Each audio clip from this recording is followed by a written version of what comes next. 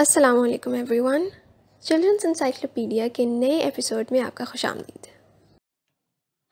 आज की एपिसोड में हम जानने की कोशिश करेंगे सेल्स के बारे में।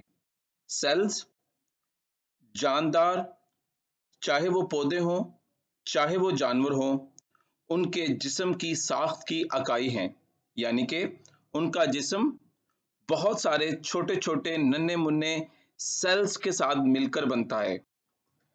कुछ जानदार सिर्फ एक सेल पर मुश्तमिल होते हैं, उन्हें कहते हैं यूनिसेलुलर ऑर्गेनिजम्स। कुछ जानदारों का जिस्म बहुत सारे सेल से मिलकर बनता है, जैसा कि इंसान और दूसरे जानवर और पौधे जिनको आप देखते हैं, इन्हें कहते हैं मल्टी सेलुलर ऑर्गेनिज्म। जैसा कि हम जानते हैं कि हर मादा, हर मैटर एटम से मिलकर बनता है।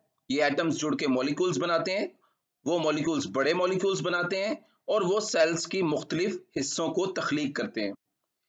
ये सेल्स आपस में मिलकर टिश्यूज बनाते हैं और टिश्यूज इकट्ठे मिलकर काम करके एक ऑर्गन बनाते हैं और बहुत सारे ऑर्गन्स मिलकर एक ऑर्गेनिज्म यानी कि एक जानदार बनाते हैं।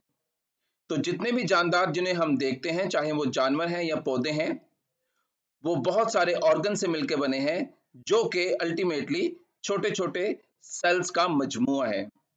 इसलिए जिंदगी की इकाई दरअसल ये नन्हे से सेल्स हैं।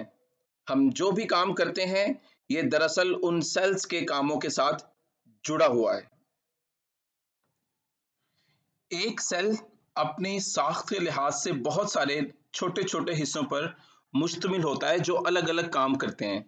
इनमें सबसे अहम हिस्सा है इसका न्यूक्लियस।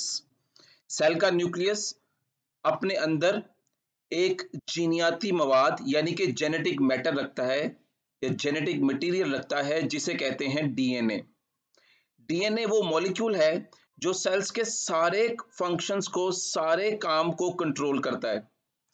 ये ना सिर्फ सेल्स के कामों को कंट्रोल करता है, बल्कि यही वो मटेरियल है जो एक सेल की इंफॉर्मेशन को अगली सेल तक लेकर जाता है।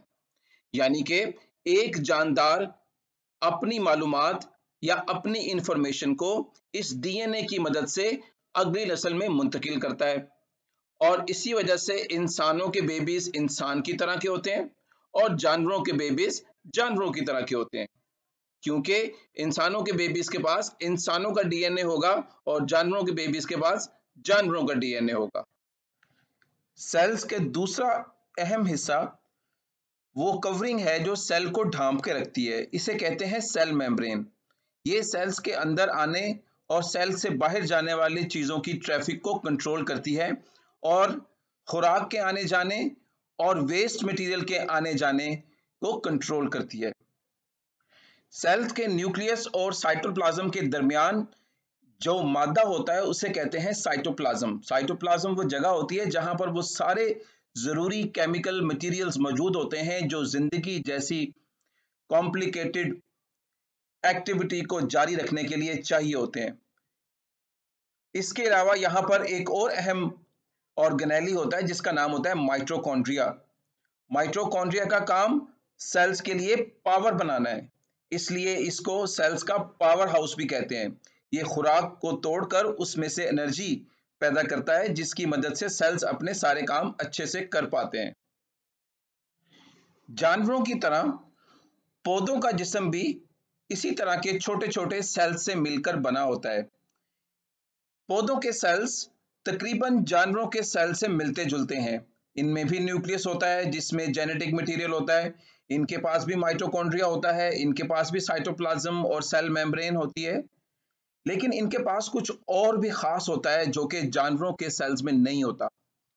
उसे कहते हैं क्लोरोप्लास्ट। क्लोरोप्लास्ट में ग्रीन कलर का एक मटेरियल, एक मादा भरा होता है जिसे कहते हैं क्लोरोफिल। क्लोरोप्लास्ट वो जगह है जहां पर पौधे के सेल्स सूरज की रोशनी को इस्तेमाल करके अपने लिए खुराक बना सकते हैं। ये काम पूरी दुनिया में सिर्फ पौधे कर सकते हैं। इस अमल को बोलते हैं फोटोसिंथेसिस। और इसकी वजह से पौधे जो खुराक बनाते हैं वो ना सिर्फ खुद इस्तेमाल करते हैं, बल्कि उसको बाकी दूसरे सारे जानवर भी इस्तेमाल करते हैं। सेल्स की इस खूबसूरत दुनिया के बारे में मज़ीद मालूमात हासिल करने की कोशिश करते रहें, इल्म हासिल करने की कोशिश करते रहें। डॉक्टर मुस्तफ़ा की तरफ से अल्लाह हाफ़िज़। आज के एपिसोड के लिए बस इतना ही। अगर आपको हमारी वीडियो अच्छी लगी है तो प्लीज़ इसे लाइक कीजिएगा, इसको शेयर कीजिएगा और हमारे चैनल को सब्सक्राइब कीजिएगा। अंटिल नेक्स्ट टाइम, अल्लाह हाफ़िज़।